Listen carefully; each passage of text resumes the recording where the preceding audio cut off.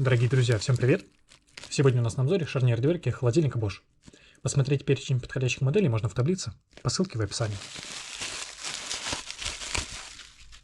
Во время эксплуатации из-за механических воздействий или высокой нагрузки на дверь холодильника участок, отвечающий за крепление дверей, может деформироваться.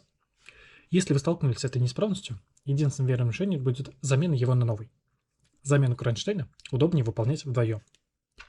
Если при замене петли у вас остались целые втулки от неисправного, их можно использовать повторно. Приобрести петлю, втулки или получить дополнительную консультацию о совместимости можно по ссылке в описании. Спасибо за просмотр. Всем пока.